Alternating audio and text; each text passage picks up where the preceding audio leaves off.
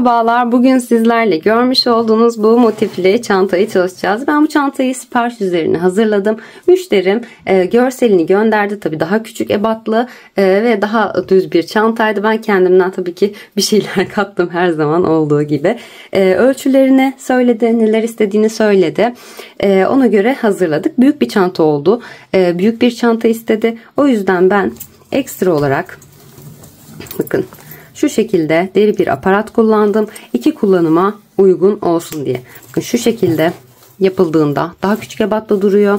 İçerisindeki bu kancayı çıkardığımız zaman daha büyük ebatlı bir çanta oluyor. 2 kullanıma da uygun. Gerçekten çok kullanışlı bir çanta oldu. Şimdi çantamın genel olarak anlatımına şöyle üzerinden bir geçmek istiyorum. Çantam 4 adet motiften oluşuyor. 1, 2, 3 ve 4 şekilde. Bir de deri taban kullandım. Eğer siz deri taban kullanmak istemezseniz, yine örgüden taban yapmak isterseniz aynı motiflerden bir de tabana yapabilirsiniz. Yani 5 motif şeklinde çalışabilirsiniz. Çantamın genel olarak yapımı bu şekilde. Hadi geçelim malzemelerimize. Malzemelerime geçiş yapmadan önce küçük bir hatırlatma yapmak istiyorum. Kanalıma abone olmak tamamen ücretsiz. Lütfen abone olmayı ihmal etmeyin ve yorumlarınızı bekliyorum. Yaptığınız çantaları da yine Instagram üzerinden bana göndermeyi unutmayın. Şimdi malzemelerimize geçiş yapalım. Ben çantamda kağıt ip kullandım. Bu kağıt ipleri renkli olarak, renklerini dediğim gibi müşterim seçti. Renkli olarak hazırladım. Siz tek renk de yapabilirsiniz, 2 renk de yapabilirsiniz. Tamamen tercihinize kalmış. Şimdi kağıt iplerimin gram olarak söylemek istiyorum. Bej rengini genel her kısımda kullandığım şu bej rengini toplamda 350 gram olarak kullandım. Kahve olan ipimi 15 gram kadar kullandım. 10-15 gram kadar. Yine nar çiçeği olan ipimi 25 gram kullandım. Şuradaki kullanmış olduğum lila ipimden 15 gram, maviden 15 gram ve bakın şuradaki sarıdan yine 10 gram kullandım. Bir de morumuz var. Mordan da 20 gram kullandım ve mavi olarak 15 gram kullandım. Toplamda 400-450 gram kadar kağıt ip yeterli olacaktır. Yani evinizde az kalmış ki, hepimizin evinde parça parça mutlaka kağıt ipler kalıyor. Onları bile değerlendirebilirsiniz. Gerçekten her renge uygun bir çanta oldu. Şimdi kağıt ipimi söyledim. İpimden bahsettim ve 3,5 milim tığ kullandım. Benim kağıt ipimin inceliğine, kalınlığına göre bu numara uygundu. Sizin kağıt ipiniz kalın olabilir ya da daha da ince olabilir. Tığ numaranızı kendinizin belirlemesini tavsiye ederim. Çünkü kağıt iplerde her zaman değişiklik gösteriyor. Benimki orta kalınlıkta bir ipti. Bu arada ipimi yakınımdaki bir tuhafiyeden aldım. O yüzden yerini belirtemiyorum. İnternet üzerinden gönderim yapmıyorlar. Evet, bakın. Taban kısmında şu şekilde deri bir taban kullandım. Deri bir, bakın şu şekilde sap kullandım. Örme bir sap ve iç kısmına deri şu şekilde 2 adet kanca kullandım, aparat ve bir tane de şöyle halka kullandım. Demir bir halka kullandım. Bunların hepsini, bütün derilerimi Eva Çanta Aksesuar'dan temin ettim. Önce motiflerimi hazırladım. Motiflerimin ölçüsüne göre de tabanımı istedim. Onlar hazırlayıp gönderdiler. Açıklama kısmına linkini ekliyorum. Bu şekilde kit halinde satın alabilirsiniz. Ama size önerim, bir tane motifinizi hazırlayın. Sizin dediğim gibi, çünkü elinizin ayarına göre, kağıt ipinizin kalınlığına göre, tığ numaranıza göre ölçülerde mutlaka değişiklik olacaktır. Motiflerinizin ölçüsüne göre tabanınızı yaptırmanız her zaman daha iyi olur. Özellikle böyle bir öneride bulunmak istiyorum ki daha sonradan daha da zorlanmayın diye. Şimdi ekstra olarak bakın iç kısmına şu şekilde bir astar kullandım ve şöyle bir mıknatıs kullandım. Zaten çantamın kullanımını göstermiştim. Tekrar bir göstermek istiyorum. Bakın şu şekilde kullanıldığı zaman şöyle büyük bir çanta oluyor. Bunun hemen böyleyken ölçülerini paylaşmak istiyorum sizlerle. Şöyle bakın. şöyle düz kısım koyduğumda ölçüsü 62 santim kadar geldi.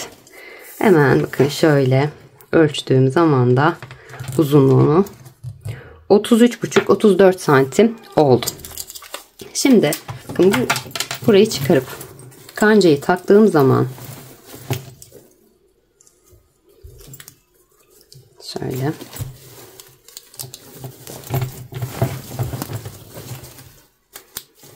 görüntüsü de bu şekilde oluyor. Şimdi bunun ölçülerinden de bahsetmek istiyorum. Hemen şöyle şuradan alacağım. Ağız kısmını ölçtüğüm zaman ölçüsü 28-29 santim arası. Şöyle enine bakın. Şuradaki kısmı ölçtüğüm zaman 43 santim ve tabanı zaten 31 santim. Motiflerim de 31 santimlik motifler. Çantamın genel anlamıyla malzemeler ve yapılışı bu şekilde. Ölçülerimiz bu şekilde. Hadi o zaman çantamızın yapımına başlayalım. Çantam bu şekilde 4 ayrı motiften oluşuyor. Ben alt taban kısmını deri kullanacağım için 4 adet motif yaptım. Siz eğer yine motifli yapmak isterseniz aynı ölçülerde ne kadar büyüklükte yaptıysanız, motifinizi nasıl yaptıysanız taban içinde aynı motifi kullanarak 5 parçadan oluşturup yine taban kısmında motifli bir çanta olarak yapabilirsiniz. Taban kısmında da yani motif çalışabilirsiniz. Önemli olan nokta bu ölçüler nasılsa diğer motifin, tabanda kullanacağımız motifin de aynı ölçüde olması gerekiyor. Ben bu şekilde 3 adet motif hazırladım. 4.'yü hep birlikte hazırlayacağız. Bakın şöyle renklerini göstereyim. Şu şekilde müşterimin isteği üzerine hazırlamış olduğum renkleri bu şekilde. Ölçülerinden de bahsetmek istiyorum hemen. 31 santim ve 31 santim ölçüsü olmuş oldu. Motiflerimin ölçüsü tam olarak bu şekilde. Hadi o zaman motif yapımımıza başlayalım. 4. motifim için bu şekilde bej rengi kağıt ipimi aldım. Bakın burada sarı kullandım ilk sıramda. Burada yine 5 kullandım. Burada yine 5 kullandım. Sadece bir tanesi farklı sarı kullandım. Müşterimin isteği bu şekilde olduğu için bu şekilde hazırlıyorum. Siz isterseniz hepsini tek renkte yapabilirsiniz. Tabii ki tercihinize göre değişiklik gösterecektir. Ben şu anda ilk şuradaki orta kısmından başlayacağım. Şu kısmını bej rengiyle hazırlayacağım. Hemen bir tane sihirli halka yapıyorum. Halkamın içerisinden tığımı geçirip ipimi çekiyorum. Bir zincir yapıyorum. Şöyle biraz daha yaklaştırırsam daha net gözükeceğini düşünüyorum. Şu şekilde evet. Sihirli halkamın içerisine zincirimi oluşturdum. Hemen bakın zincirimi oluşturduktan sonra direkt ben 3 zincirle ya da 2 zincirle çıkmıyorum. İlk yaparken trabzan gibi gözükmesi, görüntünün düzgün olması için bir zincirimi çektikten sonra bakın sihirli halkamın içerisine tekrar batıyorum. İpimi çekip bir tane sık iğne yapıyorum. Daha sonra 1 ve 2 tane zincir çekiyorum. Bu benim trabzanımı oluşturmuş oluyor. 2 zincirimle bir sık iğne. Daha düzgün bir görüntü oluyor bakın. Şöyle baktığınız zaman hiçbir bozulma yok. Evet 2 tane zincirimi çektim. Bir tane de ara zincir çekiyorum. Trabzanımı şu 2 zincirle sayıyorum. Arada boşluk oluşturmak için bir tane daha zincir çektim. Bir sık iğne 3 zincir yapmış oldum toplamda. İpimi üzerine dolayıp sihirli halkamın içerisine bir tane ikili trabzan yapıyorum şimdi. Bir ikili trabzanımı oluşturdum. İlk yapmış olduğum zincirli sık iğnemle birlikte 2 tane trabzan elde etmiş oldum. Burayı da trabzan olarak sayıyorum. Bir tane zincir çektim. İpimi üzerine dolayıp sihirli halkamın içerisine 3. ikili trabzanımı oluşturdum. Bir zincir çektim. Aralarda hep zincir çekiyorum. Bir tane sihirli halkamın içerisine bir ikili trabzan daha yapıyorum. 4. ikili trabzanımı yaptım. Hemen bir zincir çekip sihirli halkamın içerisine 5. ikili trabzanımı oluşturuyorum. Bir zincir çekiyorum. Sihirli halkamın içerisine 6. ikili trabzanımı oluşturuyorum.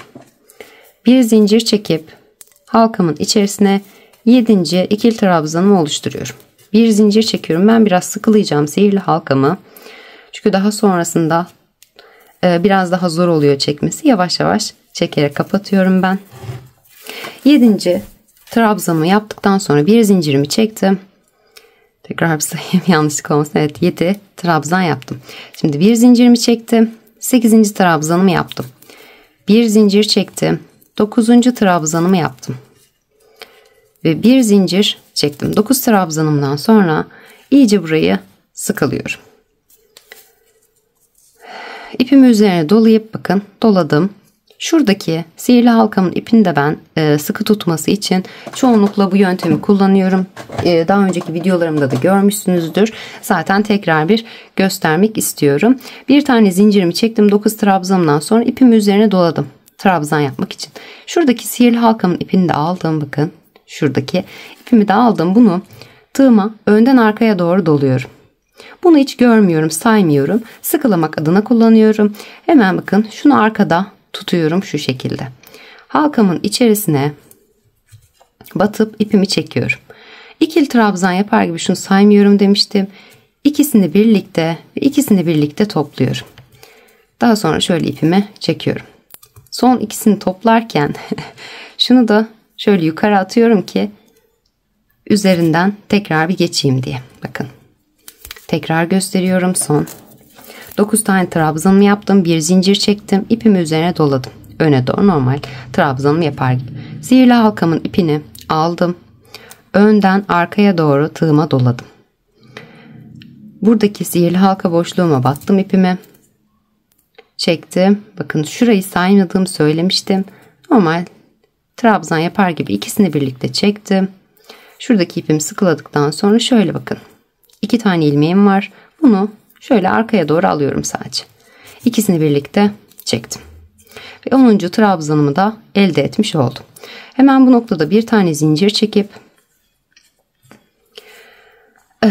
burada ilk başta başlarken bir sık iğne, 2 zincir çekmiştik. Üçüncüyü aradaki boşluğa attığımı söylemiştim. Bir sık iğne, 1 ve 2. zincirimin tepesine tığımı batıyorum. İpimi çekip kaydırmamı yapıyorum. Şimdi bir zincir çekiyorum. 2. sırama geçiş yaptım. Hemen bu noktada bir tane sık iğne yapıyorum. Başladığım noktayı bir işaretleyici takmak istiyorum. Karıştırmayayım zincirimde olduğu için. İşaretleyicim ilk sık iğnemin tepesine, ne kadar sert bir işaretleyiciymiş gerçekten. İşaretleyicimi taktım. Hemen aynı noktaya bakın zincir boşluğuma tekrar batıyorum. Bir sık iğne daha yapıyorum. 2 tane sık iğne yaptım. Yine bakın 2 trabzanın arasındaki bir zincirlik boşluğuma geçiyorum. Buraya yine 2 tane sık iğne yapıyorum. 1 ve 2. Hemen yanındaki bakın zincir boşluğuma geçiyorum. 2 tane sık iğne yapıyorum. 1 ve 2. Yanındaki zincir boşluğuma geçiyorum. 2 tane sık iğne yapıyorum. 1 ve 2. Yanındaki zincir boşluğuma geçiyorum. 2 tane sık iğne yapıyorum. 1 ve 2. Yanındaki zincir boşluğuma 1 ve 2 tane sık iğne yapıyorum. Yanındaki zincir boşluğuma geçiyorum. 1 ve 2 tane sık iğne yapıyorum. Artık şuradaki ipimi arada yürüteceğim yine. Hemen yanındaki zincir boşluğuma geçiyorum. 1 ve 2 tane sık iğne yapıyorum. Yanındaki zincir boşluğuma geldim. 1 ve 2 tane sık iğne yapıyorum. Hemen yanındaki son zincir boşluğuma geldim. Buraya da 1 ve 2 tane sık iğnemi yaptım. 20 tane sık iğne elde etmiş oldum bu noktada. Hemen işaretleyicimi çıkarıyorum. İşaretleyicimin olduğu yere tığımı batıp ipimi çekiyorum. Kaydırmamı yapıp bir tane zincir çekip bu noktada ipimi kesiyorum. İlk 2 sıram ortadaki motifim hazırlanmış. Motifimin orta kısmı hazırlanmış oldu. Bu şekilde diğer rengimi alıp geliyorum. İkinci rengim olarak nar çiçeği kullanacağım. Hemen bakın, şuradaki herhangi bir sık iğnemin tepesine tığımı batıyorum. İpimi içerisinden geçirip bir tane zincir çekiyorum. Bir önceki sıramızda trabzanımızı nasıl yaptığımızı hatırlıyorsunuz. Tekrar aynı işlemi uygulayacağım. Zincirimden sonra tekrar batıyorum. Batmış olduğum sık iğnemin üzerine. İpimi çekip bir sık iğne yapıyorum. Bir zincir çekiyorum bu sefer. Modelime uygun olsun diye bir zincir çektim. Normalde bir trabzan için 2 tane zincir çekiyoruz. İpimi üzerine doluyorum. Hemen bakın, buradaki aynı yere tekrar batıyorum. İpimi çekiyorum. İkisini birlikte topluyorum. Kapatmıyorum. İpimi üzerine doluyorum. Aynı yere bir kez daha batıyorum. İkisini birlikte çekiyorum. 3 tane ilmeğim var. Hepsini birlikte çekiyorum. Bu şekilde bir fıstık oluşturuyorum. Bakın, şuradaki ipimi de yine yürütüyorum arada. Hepsini birlikte topladım. 1 ve 2 zincir çekiyorum arada. İpimi üzerine doladım. Yandaki sık iğne boşluğuma batıyorum. İkisini birlikte çekiyorum, kapatmıyorum. İpimi üzerine doluyorum. Şunu da yürüteceğim. Batıyorum. İkisini birlikte çekiyorum, kapatmıyorum. İpimi üzerine doluyorum. Tekrar batıyorum. 3. kez battım. İkisini birlikte çekiyorum. 3 tane ilmeğim var. Hepsini birlikte topluyorum. 1 ve 2 tane zincir çekiyorum. İkinci fıstığımı elde etmiş oldum. Hemen yanındaki sık iğnemin üzerine geçiyorum. İpimi çekip ikisini birlikte topluyorum. Kapatmıyorum. İpimi üzerine doluyorum. Aynı yere 2. kez batıyorum. İkisini birlikte çekiyorum. Kapatmıyorum. İpimi üzerine doluyorum. Aynı yere 3. kez batıyorum. İkisini birlikte çekiyorum. Bakın, tığımda 4 tane ilmeğim var. Hepsini birlikte topluyorum. 1 ve 2 tane zincir çekiyorum. İpimi üzerine dolayıp hemen yanındaki ilk sık iğneme batıyorum. İpimi çekiyorum. İkisini birlikte çekiyorum. Kapatmıyorum. İpimi üzerine dolayıp 2. kez batıyorum. İkisini birlikte çekiyorum. Kapatmıyorum. İpimi üzerine dolayıp 3. kez batıyorum. İkisini birlikte çekiyorum. 4 tane ilmeğim var tığımda. Hepsini birlikte toplayıp 1 ve 2 tane zincir çekiyorum. İpimi üzerine doluyorum. Yanındaki sık iğneme geçiyorum. İpimi çekip ikisini birlikte topluyorum. İpimi üzerine doluyorum. 2. kez batıyorum.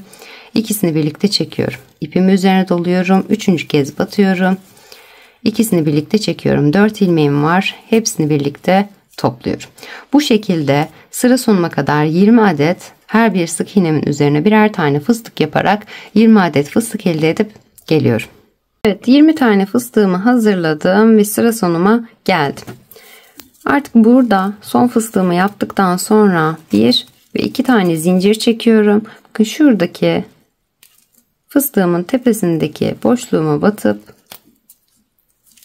ipimi çekiyorum ve bir kaydırma yapıyorum. Bir tane zincir çekip ipimi bu noktada kesiyorum. Artık tekrar bej rengime, 3. rengime geçiş yapıyorum. Şimdi artık bu yuvarlaklığı bitireceğiz. Yavaş yavaş, bakın, şuradaki kareleşmeye döneceğiz artık. Hemen bu noktada herhangi bir zincir boşluğumdan başlıyorum. Şuradaki zincir boşluğuma batıyorum. İpimi çekiyorum, içerisinden bir tane zincir çekiyorum. Yine bu noktaya bir tane sık iğne yapıyorum. 1 ve 2 zincir çekip trabzanımı oluşturuyorum. İlk trabzanımı oluşturdum.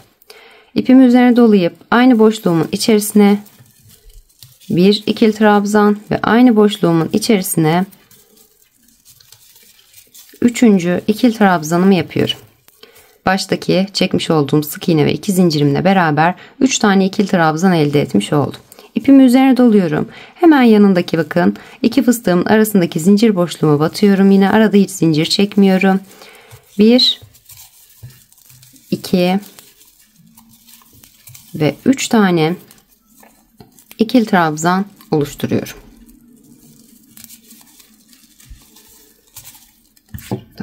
Yan yana 3 tane ikili trabzan elde etmiş oldum bu şekilde, arada hiç zincir çekmeden. Hemen ipimi üzerine dolayıp yandaki bakın 3. boşluğuma geçiyorum.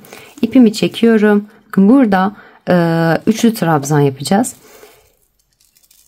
Tekini alıyorum. İkisini birlikte ve ikisini birlikte çekerek 3 kere de çıkıyorum. İpimi üzerine doluyorum. Tekrar batıyorum. İpimi çekiyorum. İlkini, ikisini birlikte ve ikisini birlikte çekerek 3 kere de çıkıyorum. İpimi üzerine doluyorum. Buradaki yine boşluğuma, aynı boşluğuma batıyorum. İlkini, ikisini birlikte ve üçünü birlikte çekerek topluyorum. Bakın 3 tane üçlü trabzan yapmış oldum. Hemen yandaki boşluğuma geçiyorum. Bu sefer 2 kez doluyorum. 2 kere doladım. Hemen batıyorum yandaki boşluğuma. İkisini birlikte, ikisini birlikte ve ikisini birlikte çekiyorum. Yine üçlü trabzan oldu. Adı ne farklı mı bilmiyorum ama 3 kere de çekmiş oldum yine. 2 kere doladım. Buraya battım. İkisini birlikte 1, ikisini birlikte 2, ikisini birlikte 3. kez çıkarak trabzanımı oluşturdum. 2 kere doladım. Aynı yere tekrar batıyorum. İkisini birlikte, ikisini birlikte ve ikisini birlikte çekerek 3 tane yine üçlü trabzan oluşturmuş oldum. Şimdi hemen bu noktada 1, 2 ve 3 tane zincir çekip köşemi oluşturuyorum. İpimi üzerine doluyorum. Tekrar 2 kez. Aynı yere tekrar batıyorum. Aynı boşluğumun içerisine. İkisini birlikte, ikisini birlikte ve ikisini birlikte topluyorum. Bu işlemi sadece bu sırada yapacağız. Bu aradaki yuvarlaklık kapansın diye. Şimdi 2 kere doladım tekrar. Aynı yere tekrar batıyorum. İkisini birlikte, ikisini birlikte ve ikisini birlikte çekiyorum. 3 kere de çıkıyorum. 2 kere doladım. Aynı yere tekrar batıyorum. 3. kez. İkisini birlikte, ikisini birlikte ve ikisini birlikte topluyorum. 3 kere de çıktım. Bakın köşemi oluşturmuş oldum burada. Hemen bakın zincir çekmeden ipimi üzerine dolayıp yandaki boşluğuma geçiyorum. Batıyorum buraya. İlkine, ikisini birlikte ve ikisini birlikte çekiyorum. Şu tarafta yapmış olduğum işlemin aynısını uyguluyorum. İpimi üzerine doluyorum. Batıyorum. İlkine, ikisini birlikte ve ikisini birlikte çekiyorum. İpimi üzerine dolayıp 3. kez batıyorum. İlkine, ikisini birlikte ve ikisini birlikte çekiyorum. 3 tane üçlü trabzan yapmış oldum. Zincir çekmeden hemen yanındaki boşluğuma geçiyorum. Buraya 3 tane ikili trabzan yapıyorum. 1, 2 ve 3. Hemen yine zincir çekmeden yandaki boşluğuma geçiyorum. Buraya da yine 3 tane ikili trabzan oluşturuyorum. 1, 2 ve 3. 3 tane ikili trabzanımı oluşturdum bu noktada da. Şuradaki ipimi biraz daha çekeyim. Evet. Ne yaptık? Köşemizden itibaren 3 tane üçlü trabzan, 3 tane ikili trabzan, 3 tane ikili trabzan yaptık. Şimdi tekrar 3 tane üçlü trabzan yapacağız. İpimi bir kere doladım. Yanındaki boşluğuma battım. İlkini, ikisini birlikte ve ikisini birlikte topladım. İpimi üzerine doladım. Battım. İlkini, ikisini birlikte ve ikisini birlikte topladım. 2. kez. İpimi üzerine doladım. 3. kez battım. İlkini, ikisini birlikte ve ikisini birlikte topladım. Şimdi yandaki boşluğuma geçip köşemi oluşturacağım. Zincir çekmiyorum. 2 kere doladım. Hemen yandaki boşluğuma geçiyorum. İkisini birlikte, ikisini birlikte ve ikisini birlikte topluyorum. 2 kere doladım. Aynı boşluğumun içerisine aynı işlemi 3 kez uyguluyorum. 2 kere doladım. İkisini birlikte, ikisini birlikte ve ikisini birlikte. Aynı işlemi 3 kez tekrarladım. 1, 2 ve 3 tane zincir çekiyorum bu noktada. Hemen Tekrar 2 kere doluyorum. Aynı yere tekrar batıyorum köşemi oluşturmak için. İkisini birlikte ve ikisini birlikte topluyorum. 2 kere doluyorum. Aynı yere tekrar batıyorum. İkisini birlikte ve ikisini birlikte topluyorum. 2 kere doluyorum. Aynı yere tekrar batıyorum. 3. kez battım. İkisini birlikte ve ikisini birlikte topluyorum. Bu şekilde bakın köşemi oluşturmuş oldum. Hemen yanındaki 2 taneye hemen yanındakine 3 tane üçlü trabzan yapıyorum. Bir kere doladım. İlkine, ikisini birlikte ve ikisini birlikte topladım. Bir kere doladım. İlkine, ikisini birlikte ve ikisini birlikte topladım. Bir kere doladım. İlkine, ikisini ve ikisini birlikte topladım. Hemen bakın yanındakine geldim. 3 tane ikili trabzan yapıyorum. 1 2 ve 3. Hemen yanındakine geçiyorum. Arada hiç zincir çekmeden 3 tane ikili trabzan yapıyorum. 1 2 ve 3. Bu arada böyle kıvrılmalar olabilir. Orta kısmı yuvarlak olduğu için kullanmış olduğumuz katibimiz de sert olduğu için bu gayet normal. Ütülediğimiz zaman dümdüz bir görüntü alıyor. O yüzden kendinizi sıkmayın. Ay bu niye böyle oldu falan. Ben de ilk yaptığımda öyle olmadı galiba falan dedim ama ütüleye yapınca ilk modeli çıkarırken anladım ki doğru yoldayım. Evet, şimdi burada köşemi yaptıktan sonra bir kere dolayarak 3 tane üçlü trabzan yaptım. 3 tane ikili trabzan, 3 tane ikili trabzan yaptım. Şimdi tekrar bir kere dolayarak 3 tane üçlü trabzan oluşturacağım. İpimi üzerine doladım. Yandaki boşluğuma battım. İlkine, ikisini birlikte ve ikisini birlikte çektim. İpimi doladım. İlkine, ikisini birlikte çektim. İpimi doladım.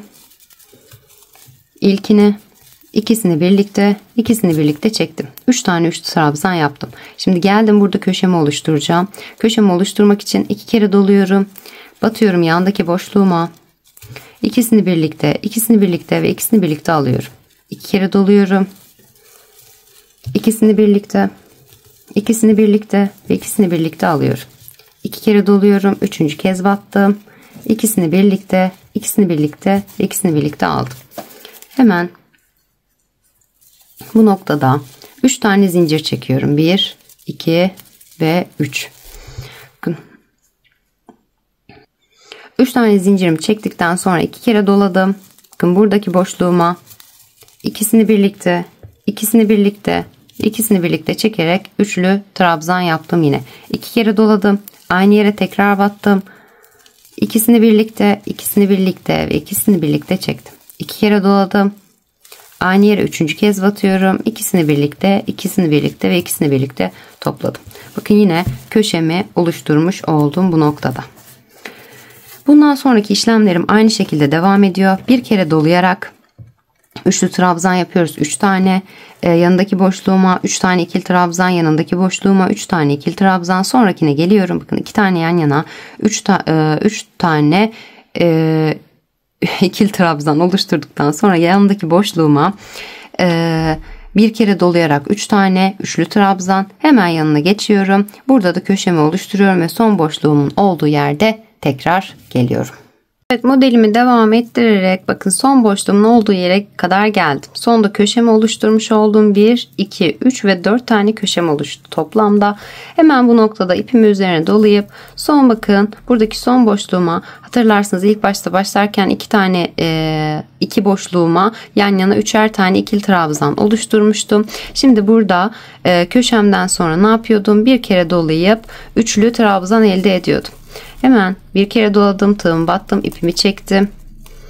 İkisini birlikte ve ikisini birlikte topladım. İpimi üzerine doladım. Aynı boşluğun içerisine battım. İkisini birlikte ve ikisini birlikte topladım. İpimi üzerine doladım. Aynı boşluğun içerisine 3. kez batıyorum. ikisini birlikte ve ikisini birlikte toplayarak yine 3 tane üçlü trabzan elde etmiş oldum. Bu şekilde 1, 2, 3 ve 4. sıramı da tamamlamış oldum. Şurayı bir sıra olarak saymıyorum. Kenardaki sık iğne yaptığım yere renk renk gitmek istiyorum. 1, 2 ve 3. sıramı tamamlamış oldum bu şekilde. Hemen bakın. Burada ne yapmıştık? İlk başta başlarken bir sık iğne, 1 ve 2 tane zincir çekmiştik. İkinci zincirimin tepesine tığımı batıyorum. İpimi çekip bir kaydırma yapıp bir zincir çekiyorum. İpimi bu noktada kesip bir üst sırama geçiş yapıyorum. Ben renk değişikliğine gideceğim yine. Koyu kahve bir ip kullanacağım. Bu sefer şurası biraz inceymiş. Hemen kısmı koparalım. Evet. Tamam. Kağıt ip, sarma kağıt ip olunca bazı yerlerde böyle sıkıntılar olabiliyor. Bu arada dokusu daha iyi. Yani parmağımı daha az acıtacak gibi duruyor. Evet, hemen bu noktada bakın herhangi bir boşluğumdan yine başlıyorum. Şuradan başlayalım. Ortadaki şuradaki 2 tane üçlü trabzanım, 2 tane ikili trabzanımın olduğu yerden ortasından başlıyorum. Şurada 3 tane ikili trabzanım var. Şurada 3 tane ikili trabzanım var. Tam ortadan başlıyorum. Tekrar renk değiştireceğim için ortadan başladım. Tek renk yaptığım zaman köşelerden başlıyorum.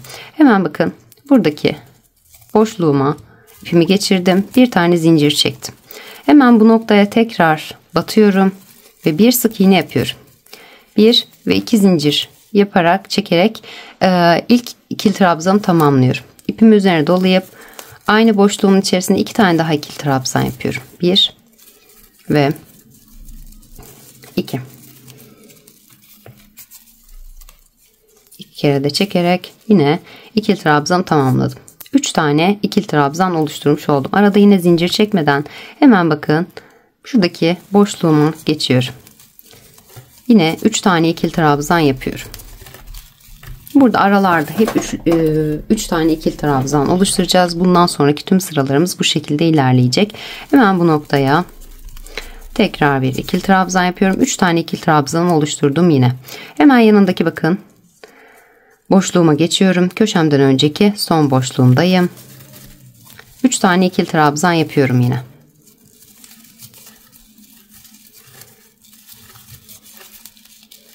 3. Bakın. Yan yana 3 tane ikili trabzan oluşturmuş oldum. Köşemin olduğu yerdeyim. Şimdi köşem için ipimi üzerine doluyorum bir kez. Buradaki 3 zincirlik boşluğuma batıyorum. İlkini, ikisini birlikte çekerek üçlü trabzan yapıyorum. İpimi üzerine doluyorum. Aynı yere tekrar batıyorum. İlkini, ikisini birlikte çekerek üçlü trabzan yapıyorum. Çalınca bölmek zorunda kaldım. Hemen bakın 2 tane üçlü trabzan oluşturdum köşe boşluğumu. İpimi üzerine doluyorum tekrar. Aynı boşluğumun içerisine batıyorum. İlkine, ikisini birlikte çekerek üçlü trabzanımı oluşturmuş oldum. Köşem için 3 tane üçlü trabzan oluşturdum. Şimdi bu noktada 1, 2 ve 3 tane zincir çekiyorum. İpimi bir kez doluyorum. Tekrar köşe boşluğuma batıp köşemi oluşturacağım. Köşemi oluştururken hep üçlü trabzan yapıyorum. İlkini, ikisini birlikte topluyorum. İpimi üzerine doluyorum. Aynı yere ikinci kez battım. İlkini, ikisini birlikte topluyorum. Bir kez doladım. İlkini, ikisini birlikte topluyorum. 3 tane üçlü trabzan daha oluşturmuş oldum. Arada da 3 tane zincirimi çektim. Köşemi oluşturdum.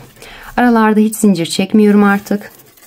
Buradaki her bir boşluğuma birer tane üçlü trabzan yapıyorum. Bakın şuraya 1, 2, 3, 4 ve 5 tane ikili trabzan yaparak üçlü gruptan oluşarak trabzanlarıma devam edeceğim. Hemen bakın geldim buradaki boşluğuma. 3 tane ikili trabzan yapıyorum. 2 ve 3. Zincir çekmiyorum. Yanındaki boşluğuma geçtim. 3 tane ikili trabzan yapıyorum.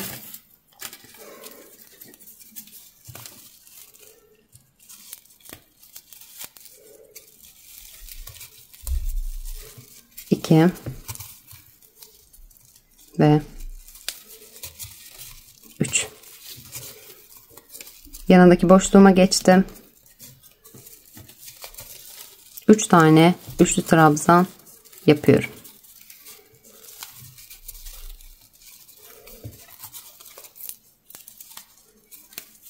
Arada ipimi bakın hep aynı yöntemle gizliyorum. İlk başta göstermiş olduğum gibi çok rahat oluyor. Hem çıkma olasılığı daha da az oluyor. Üçüncü ikili trabzanımı da yaptım. Geldim yandaki boşluğuma. 3 tane ikili trabzan da buraya yapıyorum. 2 ve 3. Hemen geldim bakın son boşluğumdayım. Köşemden önceki son boşluğuma da 3 tane ikili trabzan yapıyorum. 1 2 ve 3. Evet. Köşemden sonra 1 2 3 4 ve 5 tane boşluğuma, 5 boşluğuma üçlü gruptan oluşan ikili trabzan oluşturmuş oldum. Köşeme kadar bütün boşluklarıma üçer tane ikili trabzan battım. Zincir çekmeden hemen köşemi oluşturmak için bir tane doladım. Zincir boşluğuma battım. İlkini, ikisini birlikte ve ikisini birlikte üçlü trabzan yaptım. İlkini çekiyorum. İkisini birlikte ve ikisini birlikte. Bir kez doladım. İlkini, ikisini birlikte ve ikisini birlikte. Şimdi bu noktada 1, 2 ve 3 tane zincir çekiyorum. İpimi üzerine doluyorum bir kez. 3 tane yine üçlü trabzan oluşturuyorum. 1, 2 ve 3. Bakın köşemi yine oluşturmuş oldum. Bundan sonra bu sıramı hep aynı şekilde devam edeceğim. Bundan sonrakileri de öyle ama kenar köşe kısmından artık düz renkle devam edeceğim için köşe kısmından nasıl geçiş yaptığımı da göstermek istiyorum sizlere. Şimdi bu şekilde aradaki tüm boşluklarıma ikili trabzan oluşturuyorum. Üçer tane ikili trabzan. Köşeme geliyorum. Köşemi oluşturmak için 3 tane üçlü trabzan, 3 zincir, 3 tane üçlü trabzan yapıyorum. Dönüyorum. Aradaki tüm boşluklarıma üçer tane ikili trabzan oluşturuyorum. Geliyorum köşeme. Köşemde 3 tane üçlü trabzan, 3 zincir, 3 tane üçlü trabzan oluşturuyorum. Aradaki boşluklarıma da son bakın 2 tane boşluğum kalıyor. Buraya da üçer tane ikili trabzan yapıp sıra sonumda geliyorum. Evet, aynı işlemleri tekrarlayarak sıra sonuna kadar geldim. 1, 2, 3 ve 4. sıramın sonundayım şu anda. Şuraya dediğim gibi saymadan ilerliyorum. Hemen bakın burada ne yapmıştık? Sık iğne 1 ve 2 zincir. İkinci zincirimin tepesine tığımı batıyorum. İpimi çekip kaydırmamı yapıyorum ve bir zincir çekip ipimi bu noktada kesiyorum. Artık tek renge döneceğim. Şöyle. Bakın bu sefer köşeden başlıyorum. Direkt aynı renkle ilerleyeceğim için direkt köşeden başlayıp bir sonraki sırama köşeden devam edeceğim. Şimdi bu noktaya bakın 3 tane zincirlik boşluğuma tığımı battım, ipimi çekiyorum. Bir tane zincir çekiyorum. Aynı noktanın içerisine tekrar batıp bir tane sık iğne yapıyorum. Bu sefer bakın 2 tane ikili trabzan yaparken 2 tane zincir çekiyorduk. Şimdi üçlü trabzan yapıyoruz hep köşelerde. O yüzden 3 tane zincir çekeceğim. 1, 2 ve 3 tane zincir çekiyorum. Uzunluğunu aynı şekilde ayarlayabileyim diye. Hemen ipimi üzerine doladım bir kez. Aynı noktaya tekrar battım. İlkine, ikisini birlikte ve ikisini birlikte topladım. İpimi üzerine doladım. Aynı boşluğun içerisine tekrar battım. İlkine, ikisini birlikte ve ikisini birlikte yaptım. 3 tane üçlü trabzan oluşturmuş oldum. 3 tane üçlü trabzanımı oluşturdum. Hemen bakın burada artık tüm boşluklarıma üçer tane ikili trabzan oluşturacağım. Köşemin yarısını tamamlamış oldum. Diğer kalan kısmını da bitişte tamamlayacağım. Zincir çekmeden hemen yanındaki ilk boşluğuma geçiyorum. 3 tane ikili trabzan yapıyorum. 2 ve 3. Yine zincir çekmeden yandaki boşluğuma geçiyorum. 3 tane ikili trabzan yapıyorum. 1 2 ve 3. Yine zincir çekmeden yanındaki boşluğuma geçiyorum. 3 tane ikili trabzan buraya yapıyorum. 1, 2 ve 3. Yine zincir çekmeden yandaki boşluğuma geçiyorum. 3 tane ikili trabzan da buraya yapıyorum. 2 ve 3. Zincir çekmeden yine yandaki boşluğuma geçiyorum. 3 tane ikili trabzan da buraya yapıyorum.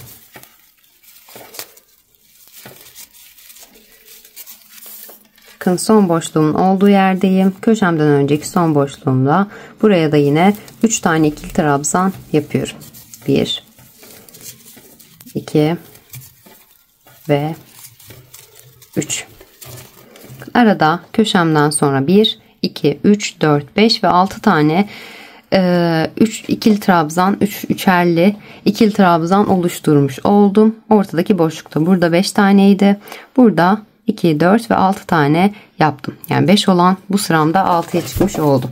Hemen köşemi oluşturmak için geliyorum. Tekrar şöyle toplamaya başladı bile.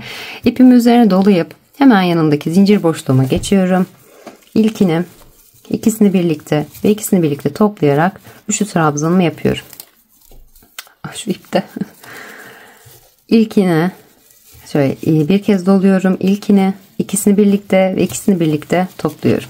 İlkine artık azmalı ilkine, ikisini birlikte ve ikisini birlikte topluyorum. 3 tane üçlü trabzan yaptım. 1, 2 ve 3 tane zincir çekiyorum arada.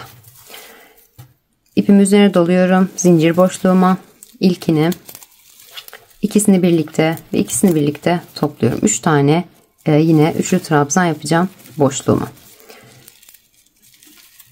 2 ve 3.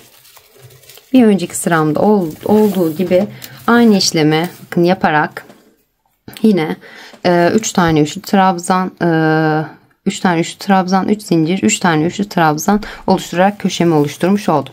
Araya 6 tane ikili trabzan oluşturmuş oldum. Üçerli ikili trabzan oluşturmuş oldum.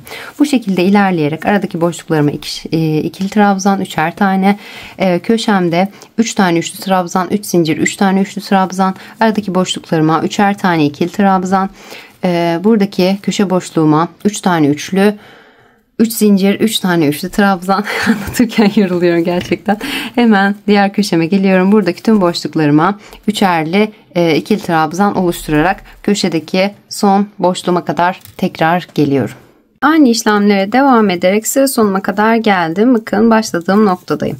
Şimdi burada tekrar köşemin yarısını oluşturmuştum. Diğer yarısını oluşturacağım. Yine bir tane doluyorum. Köşe boşluğuma batıyorum. İlkine, İkisini birlikte ve ikisini birlikte çekiyorum.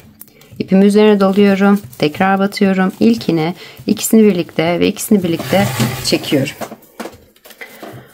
İpimi üzerine tekrar doluyorum. Bir tane. Tekrar aynı yere batıyorum. İlkine, ikisini birlikte ve ikisini birlikte çekiyorum. 3 tane üçlü trabzan oluşturmuş oldum. Bir zincir çekiyorum. Şimdi geçişimi göstereceğim. Bir zincirimi çektim. İpimi üzerine doluyorum. Bakın burada hatırlarsınız. Bir sık iğne, 1, 2 ve 3 tane zincir çekmiştik. 3. zincirimizin tepesine tığımı batıyorum. İpimi çekiyorum. İkisini birlikte ve ikisini birlikte topluyorum. İkili trabzan yapar gibi. Köşemi bu şekilde oluşturmuş oldum. Hemen bir zincir çekiyorum. Yine bakın buradaki boşluğuma batıyorum. Bir sık iğne yapıyorum. 1, 2 ve 3 tane zincir çekip üst sırama çıkıyorum.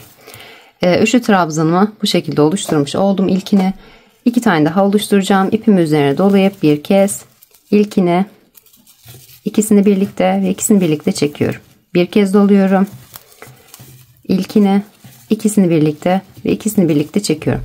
Köşemin yarısını oluşturmuş oldum. Yandaki boşluğuma geçip 3 tane ikili trabzan yapıyorum. Modelim bundan sonra tamamen bundan ibaret oluyor. Üst sırama çıkışımı bu şekilde yapıyorum. Bitirirken yine aynı şekilde bir zincir, ikili trabzan yapar gibi bir kez dolayıp ikili trabzan yapıp üst sırama geçiş yapıyorum. Şu köşemde yapmış olduğum işlemin aynısını uyguluyorum yani. Şimdi bakın köşemi oluşturdum. Köşemin yarısını 1, 2, 3, 4, 5, 6 ve 7 tane boşluğum var. Her sıramda birer tane artıyor. Bir önceki sıramda 6 idi, bir öncekinde 5'ti. 7 olacak, 8 olacak, 9 olacak. Bu şekilde yeter uzunluğa gelene kadar devam ettiriyoruz motifimizi. Köşelerimizde yine üçlü trabzan yaparak köşe oluşturuyoruz. Bir önceki sıramızın aynısını tekrarlıyoruz sürekli yani. Şimdi ben bunu kaç sıra daha devam ettirdim. Hemen bakın şu 3 tane üçlü trabzan, 3 tane üçlü trabzan sıramdan sonra şöyle şu motifimden göstereyim. Şuradan yani 1, 2 ve 3. sıramdan sonra normal aynı işleme devam ederek 1, 2, 3, 4, 5, 6, 7 ve 8 sıra devam etmiş oldum. Yani toplamda baştan itibaren 1, 2, 3, 4, 5, 6, 7, 8, 9, 10 ve 11 sıra devam ettirdim. Siz ne kadar uzunlukta istiyorsanız, mesela 10 sıra değil, 11 sıra değil de 10 sıra yapabilirsiniz, 9 sıra yapabilirsiniz, 12 sıra yapabilirsiniz. Daha da büyük yapmak isterseniz. Bu şekilde tamamen modelimizin ilerleyen kısmı bu şekilde devam ediyor. Bir parçamızı, bir motifimizi nasıl yaptıysak diğer geriye kalan 4 motifimizi de aynı şekilde devam ettiriyoruz. Eğer siz dediğim gibi deri taban kullanmayacaksanız, hazır bir taban kullanmayacaksanız bu 4 motiften değil de 5 motiften oluşturarak da tabanınızı yapabilirsiniz. Birebir aynı ölçülerde aynı motiften 5. bir motif oluşturup taban kısmını ekleyebilirsiniz.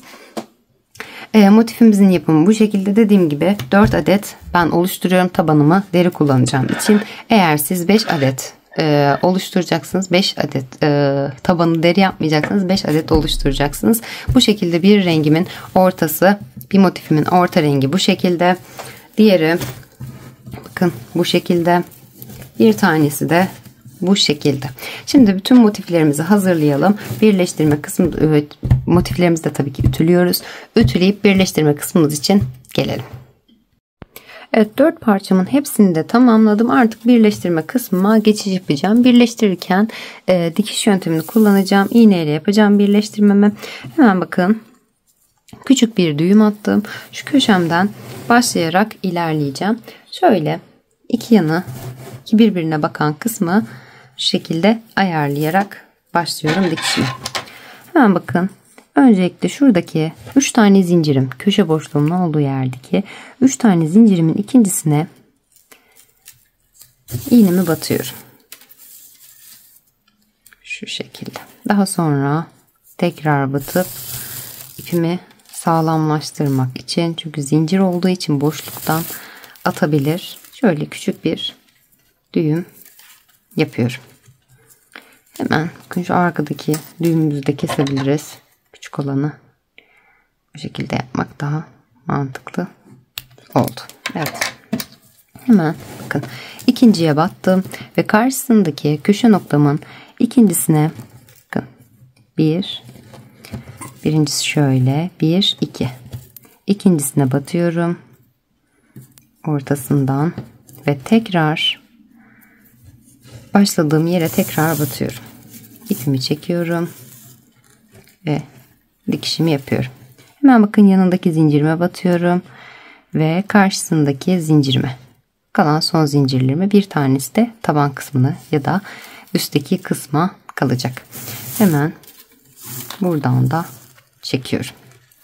Sadece zincirlerimin ortasına batarak ilerliyorum. Zincirimi bakın bitirdiğim zaman şuradaki zincir boşluğum, köşe boşluğumun olduğu yere de batıyorum.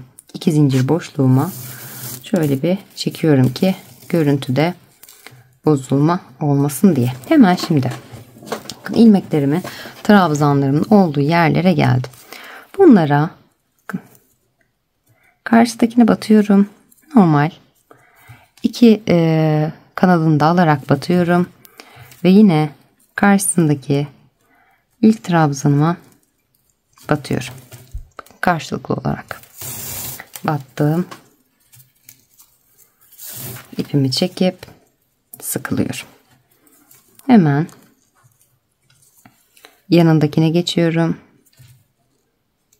ve karşısındakine batıyorum. Karşılıklı olarak battım. İpimi çekiyorum.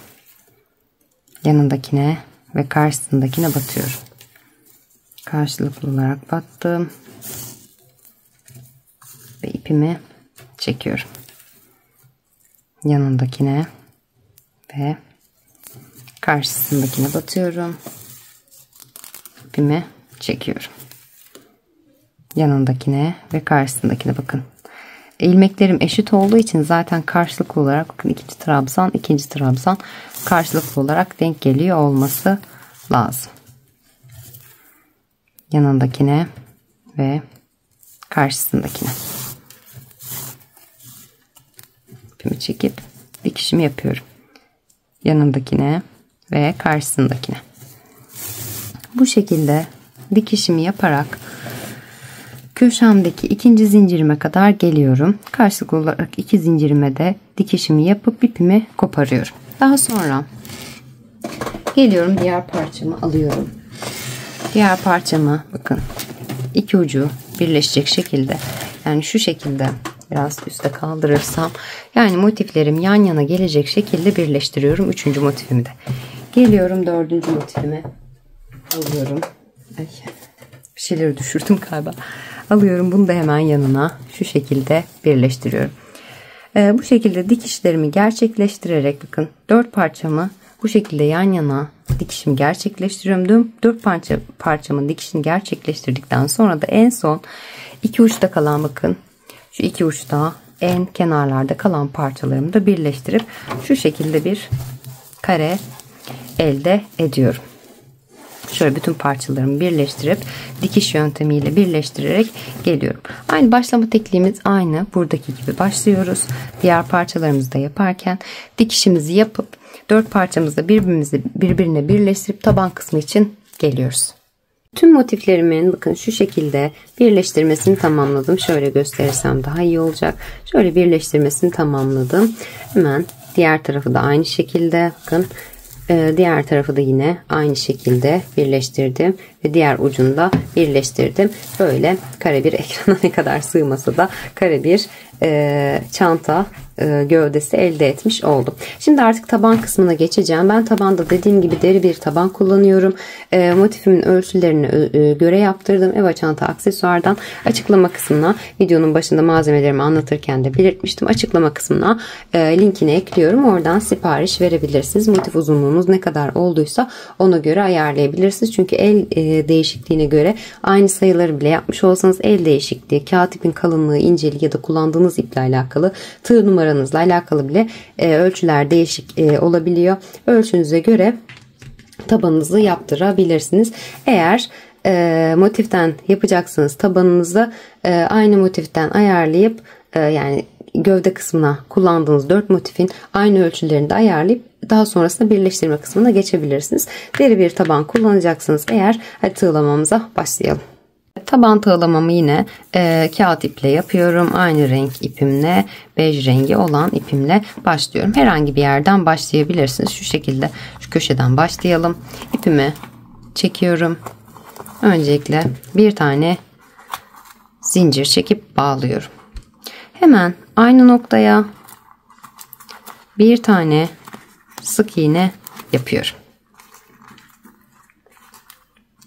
Bakın buradaki zincir yapmış olduğum kısım altta kalmış oldu. Bunu daha sonra bitişinde ilmek kaydırma, yani dikiş yöntemiyle bağlayacağım. Burayı yine 2 tane sık iğne olarak sayıyorum.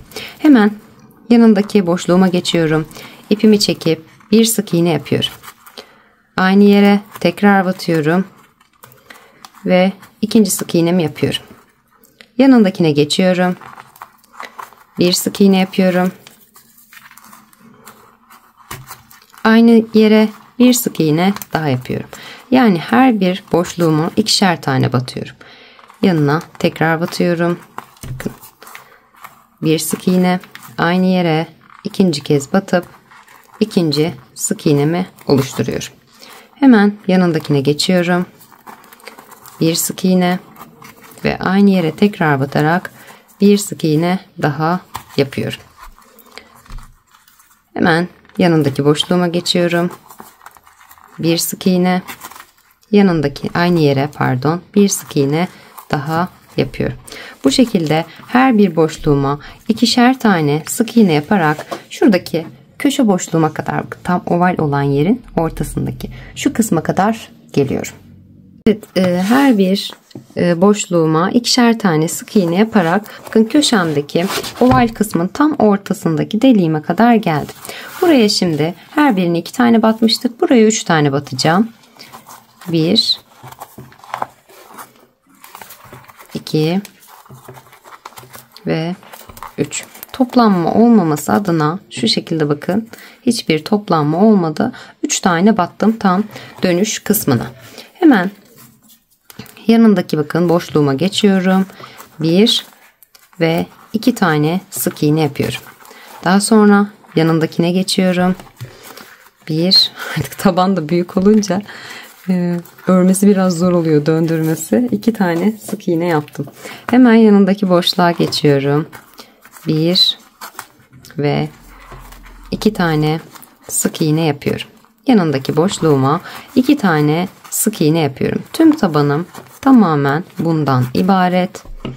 Şu şekilde arada bir elinizle düzeltin. El ütüsü yapın. Çünkü kağıt olunca direkt ördüğünüz gibi kalıbı alıyor. El ütüsü yapmanız önemli, taban kısmında toplanmaması adına. Bu arada derilerinizi ütüleyebilirsiniz. Şöyle direkt ütüye temas ettirmeden, eğer buharlı bir ütünüz varsa buhar tutarak, yani buharlı kırışık giderici diyorlar, buhar tutarak ütüleyebilirsiniz ya da böyle üzerine bir havlu serip hafif buhar tutarak yine çok bastırmadan ütünüzü şu dış kısımdan değil de iç kısımdan yapabilirsiniz. Yani bu deriler için geçerli. Diğerlerini de denemedim ben. Eva Çanta'dan aldığım derilerin hepsinde aynı işlemi uyguluyorum. Çünkü kargoda ister istemez bükülmeler vesaire oluyor ama kalınlığı oldukça güzel. Ben gerçekten memnunum. Bu şekilde tüm tabanıma devam ettiriyorum. Bütün deliklerime 2'şer tane sık iğne yapıp bakın köşedeki oval kısmıma geldiğim zaman tam ortasındakine 3 tane sık iğne yapıyorum. Dönüyorum, her birine 2'şer tane sık iğne. Tam ortasına bakın geldiğim tam orta kısma 3 tane yapıp dönüyorum. Daha sonra 2'şer tane batarak bakın şuradaki köşemde yine oval kısımdaki tam orta kısma 3 tane batıyorum. Kalanlara da 2'şer tane batıp sıra sonunda geliyorum. Tüm etrafını sık iğnelerle geçerek başladığım noktaya kadar geldim. Burada artık son 2 tane, son deliğime 2 tane sık iğnemi yaptım. Başta dediğim gibi bağlamamızı yapacaktık. Zincirimiz alt kısımda kaldığı için ilmek gözükmüyor. Şimdi ipimi ben biraz uzun tutacağım keserken. Çünkü direkt dikişe bağlayacağım ki arkadan tekrar uğraşmayayım diye. Hemen bu noktada bakın son sık iğnemi yaptıktan sonra ipimi kestim. İpimi içerisinden çıkarıyorum. Hemen her yerde en son yapmış olduğum hırka, tavşan tüylü hırkanın ipleri dolaşıyor her yerde hala. Bakın evet. Şimdi iğnemi taktım. Şimdi ne yapıyorum? Son sık iğnemi yaptıktan sonra bakın ortasında kaldı ipim. İlk baştaki yapmış olduğum zincirimin üzerine bir ilmek geçişi yapacağım. Hemen bakın bu noktada ilk yaptığım sık iğne var. Bir tane de zincirim var. Zincirimin yanındaki ilk sık iğnemi. Şöyle önden arkaya doğru batıyorum. İpimi çekiyorum. Daha sonra bakın şuradaki son yapmış olduğum sık iğnemin tepesine ortadan batarak arkaya doğru alıyorum ipimi.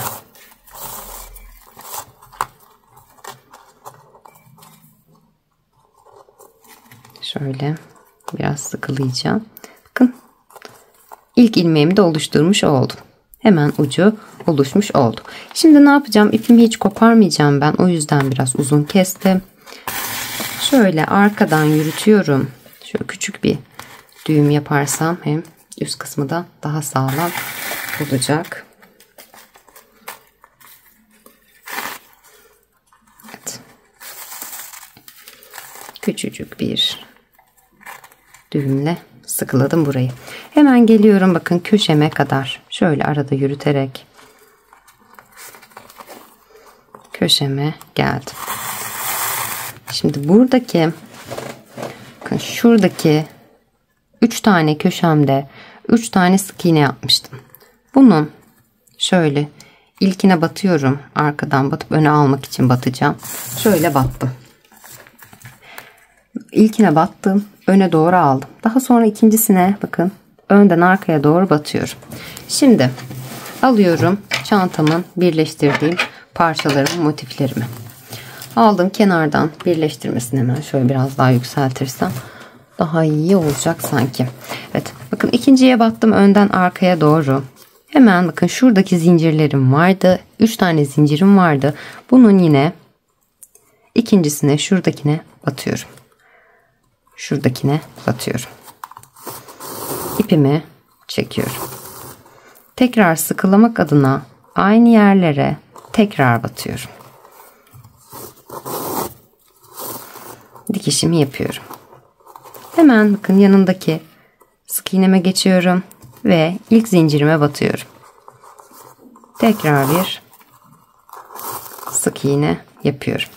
Hemen yanındakine geçiyorum. Tekrar yine zincirli yerime batıyorum. Buradaki ilmeklerim buraya göre fazla. Ona yedireceğim. Şöyle.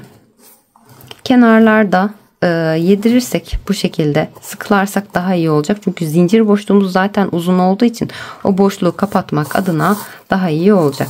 Hemen bakın. Tekrar battım. Karşıdaki zincirime ve yanındaki sık iğneme battım.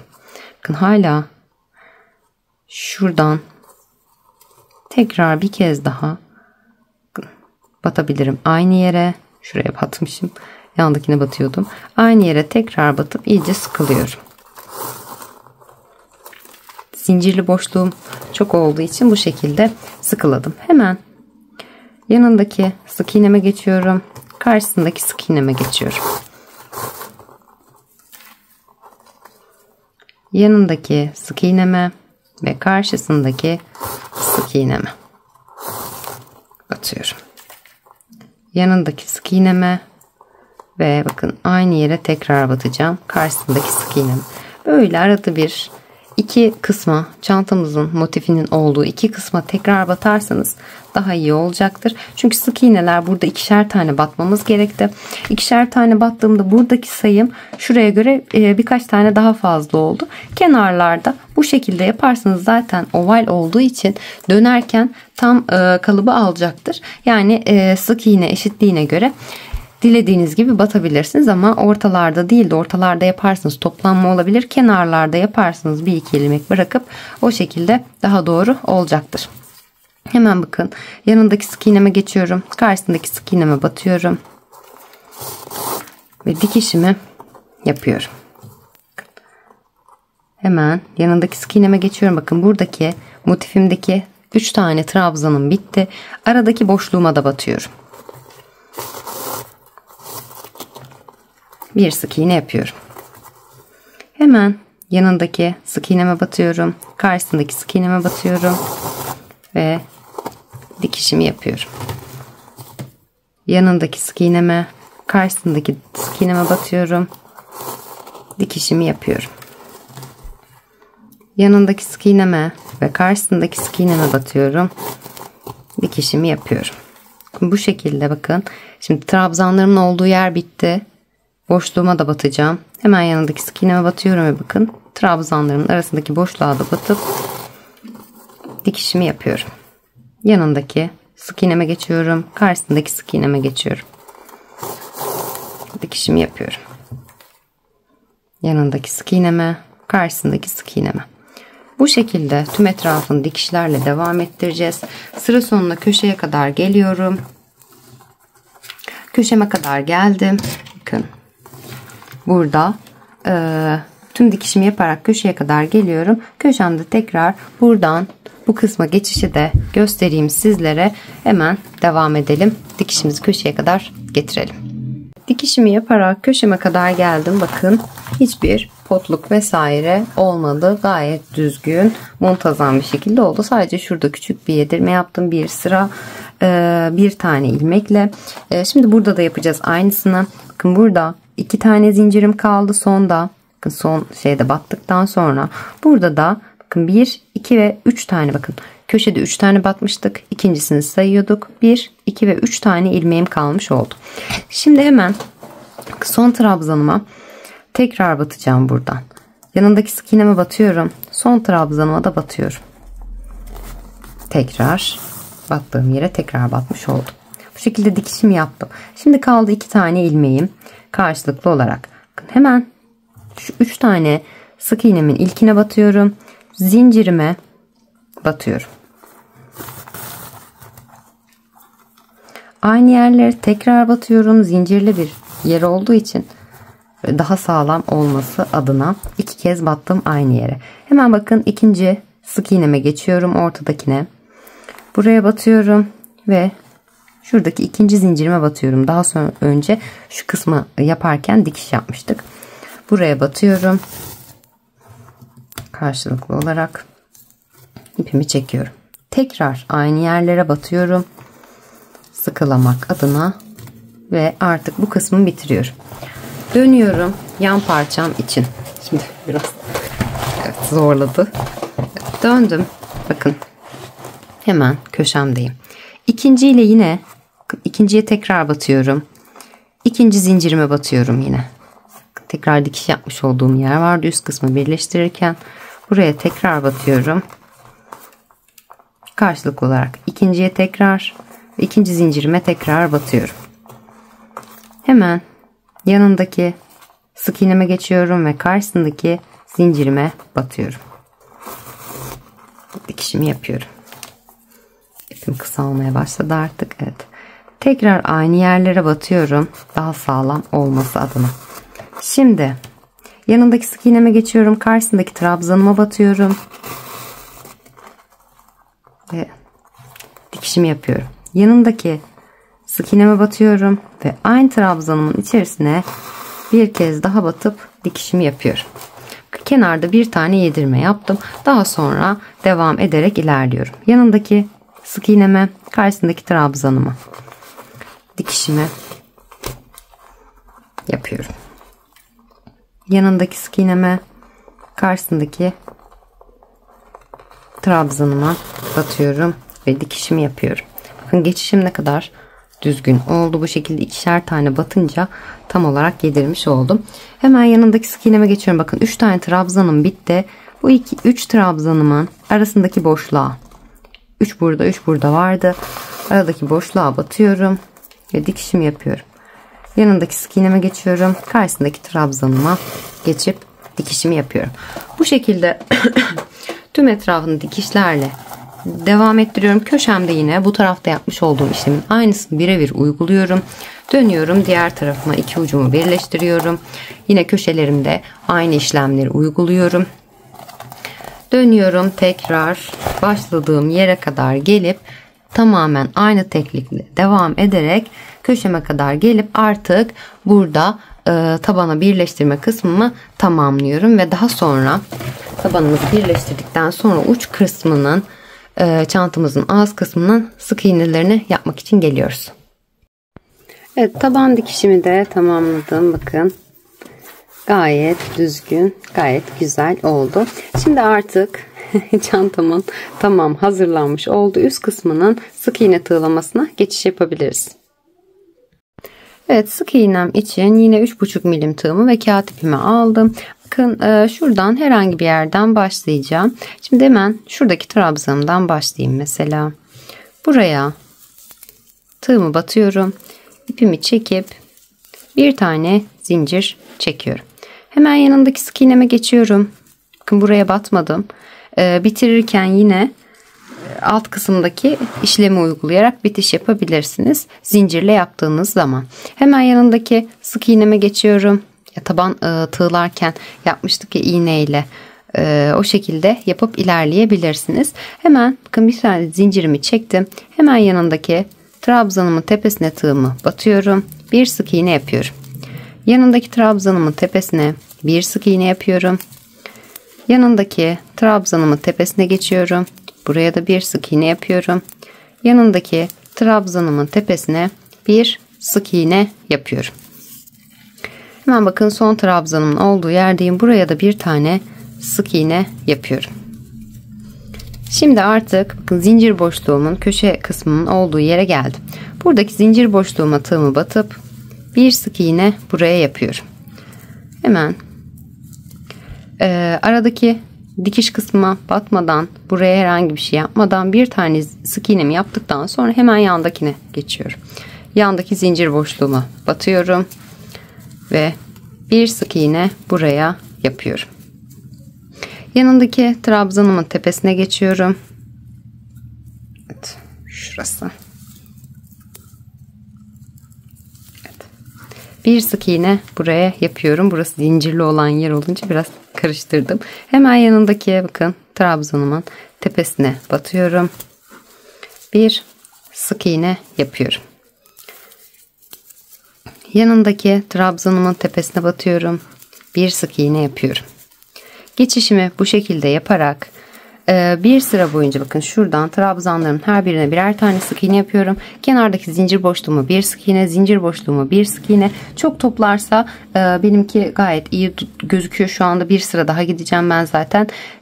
2 tane de batabilirsiniz. Tamamen size kalmış.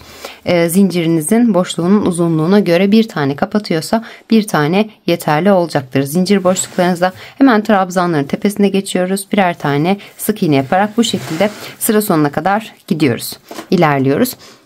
Ben sıra sonuma geldiğimde bir ya da 2 sıra daha uzatmayı düşünüyorum, kalınlığını daha düzgün dursun diye. Siz de istediğiniz sıra sayısında yapabilirsiniz. Bir sırada da bırakabilirsiniz, 2 sırada yapabilirsiniz, 3 sırada, tamamen tercihinize kalmış. Yukarıdaki sık iğne kısmı bu şekilde. Çantamızın yapımı genel anlamıyla bu şekilde. Sık iğnelerimizi de yapalım ve gelelim. Evet, 2 sıra sık iğne sırasını tamamladıktan sonra artık çantamı tamamlamış oldum. Astarını dikmeden önce şu şekilde askılarımın da dikişini yaptım. 2 taraflı olarak 2 motifime aynı şekilde aynı sıralara denk gelecek şekilde dikişimi yaptım. Daha sonra astarımı yaptım. Bakın şöyle. Astar eklemek isterseniz eğer astarımı da yaptım. Astarımı yaptıktan hemen sonra bakın yanlara şu şekilde bir aparat diktim. Deri bir aparat diktim. Karşılıklı olarak şöyle bir de yuvarlak kancam var. Daha sonra şu şekilde karşılıklı olarak askıları diktiğim yere mıknatıslarımı diktim. Hem şu şekilde kullanılıyor. Bakın. Hem bu şekilde kullanılıyor. Hem de bunu açıyorsunuz. Şurayı şöyle tersime geldi. Şöyle kancayla kapatıp şuradaki çıt çıtı da kapattıktan sonra şu şekilde kullanabiliyorsunuz.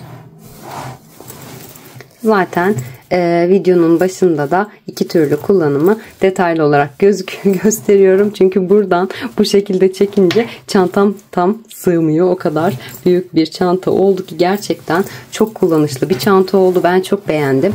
Dediğim gibi videonun başında da belirtmiştim. Deri taban, yine deri askılar ve içerisinde kullanmış olduğum aparatı bu şekilde Eva çanta aksesuardan temin ettim. Yine aynı şekilde kit halinde satın alabilirsiniz. Katiplerimde zaten ben yakınımdaki bir tuhafiyeden aldığımı söylemiştim. İstediğiniz yerden katiplerinizde temin edebilirsiniz. Çantamızın yapımı bu şekilde. Umarım videomdan memnun kalmışsınızdır. Kanalıma abone olmayı, Instagram'dan beni takip etmeyi ve yaptığınız çantaları bana Instagram üzerinden göndermeyi unutmayın. Hepinize kolaylıklar diliyor. Başka bir videoda görüşmek üzere diyorum.